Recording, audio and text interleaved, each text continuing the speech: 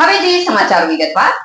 ભરૂચના જંબુસર તાલુકાના કારેલી ગામે ફૂલમાળી સમાજના યુવાન દરબાર સમાજની પરિણીતાને લઈને ફરાર થતા મામલો ગરમાતા રાત્રિના સમયે ફૂલમાળી સમાજના 5 ઘરમાં તોડફોડ કરી હોવાના તથા બનાવ સંદર્ભે વેડજ પોલીસ મથકે કારેલી ગામના 6 ઇસમો વિરુદ્ધ ગુનો નોંધવાની પોલીસે તપાસ શરૂ કરી છે. જંબુસર તાલુકાના કારેલી ગામે ફૂલમાળી સમાજના યુવાન દરબાર સમાજની પરિણીતાને લઈને ફરાર થતા મામલો ગરમાયો હતો.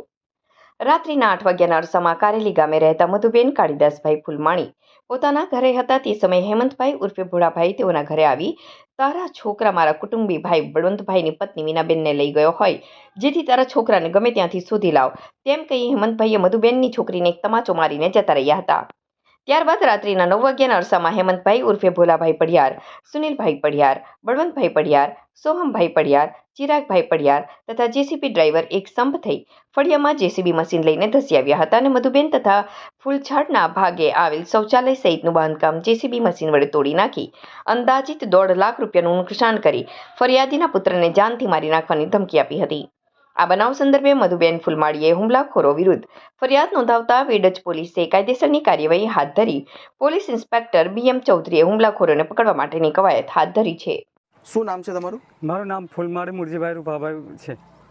શું ઘટના બની છે અહીંયા? આ ઘટનાનો બનાવ એવો છે કે 2-4 મહિના પહેલાં એક અમારા ભત્રીજાએ એક બનાવ છે કે એ અમોને પણ અંજાન તરીકે જાણ નથી આવી રીતની ઘટના બની છે. એના વિરુદ્ધના સંસદની અંદર આ લોકોએ અમારું મકાનનું તોડફોડ, જાજરા, બાથરૂમ બધું તોડીને એ કર્યું છે. અમે એ લોકોને એવું કહ્યું છે કે એ તમને અમારો ભત્રીજો મળે તો એને ખુલ્લે આમ ફાંસી આપી દો કારેલી ગામની અંદર. એ રીતે અમે એમને જાહેરવાણી કરી છે અને કીધું છે એના ગંદુ જે મકાન છે એનું તોડી નાખો અને એમને કારેલી ગામની બહાર કાઢી મૂકો. તો એના સિવાયના અનેક મકાનો તોડી પાડ્યા? હા, એના સિવાયના મકાન તોડી પાડ્યું છે. તો તમે એનું મકાન પહેલું જ છે. તમે એની સામે શું કાર્યવાહી કરી છે? એની સિવાય તો અમારા સરકાર જે પગલાં લે એની કાર્યવાહી તરીકે અમારે ઊભું રહેવું પડશે ને. પોલીસ ફરિયાદ કરી છે તમે? કરી છે પોલીસ ફરિયાદ. મધુબેન કાળદાસ. ત્યાં મારા છોકરાની નુકસાની છે. મારો છોકરો લઈને ભાગી ગયો છે, પણ આ લોકોને શું નુકસાની છે? અમને શું લેવા દેવા છે?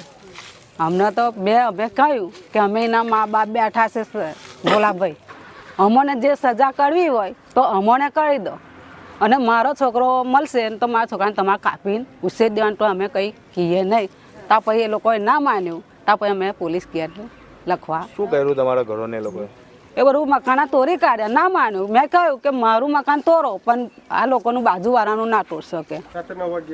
રાતે 9 વાગ્યા સુધીને તો આખી રાત ચાલી, 12 વાગ્યા સુધી ચાલ્યું.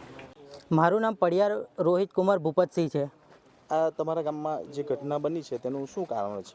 આ એનું કારણ એક છે કે એ ફૂલમાળી સમાજ ને અમારા દરબાર સમાજની જે ઘટના બની છે એ પગલાં માટે અમે એ કરેલું છે. ઘટના શું બની? એ એકવાર ખોટું કામ કરતાં પકડાઈ ગયો. અમે તે છતાં એમને એકવાર ભૂલ સમજ માફ કરી દીધો. છોકરું નાનું સમજીને માફ કરી દીધો. તે ફરતી યાર એને ખોટું કામ કર્યું છે. તો આ મકાનો જે અહીંયા એ ગેરકાયદેસર દબાણ છે તે તૂટેલું છે. એવું છે? હા, અને સરપંચ પણ હતો, ગામના સરપંચ પણ હતા, ગામ પંચાયત હતા, ડેપ્યુટી સરપંચ બધા હતા ને અમે તોડેલું છે. કોઈનું મકાન તૂટ્યું હોય તો જોઈ લો. ગેરકાયદેસર જે આગળ જે છાપરા નીકળેલા હતા ને એ લોકો જેમ જેમ આગળ વધ્યા હતા એ જ દબાણ તૂટેલું છે.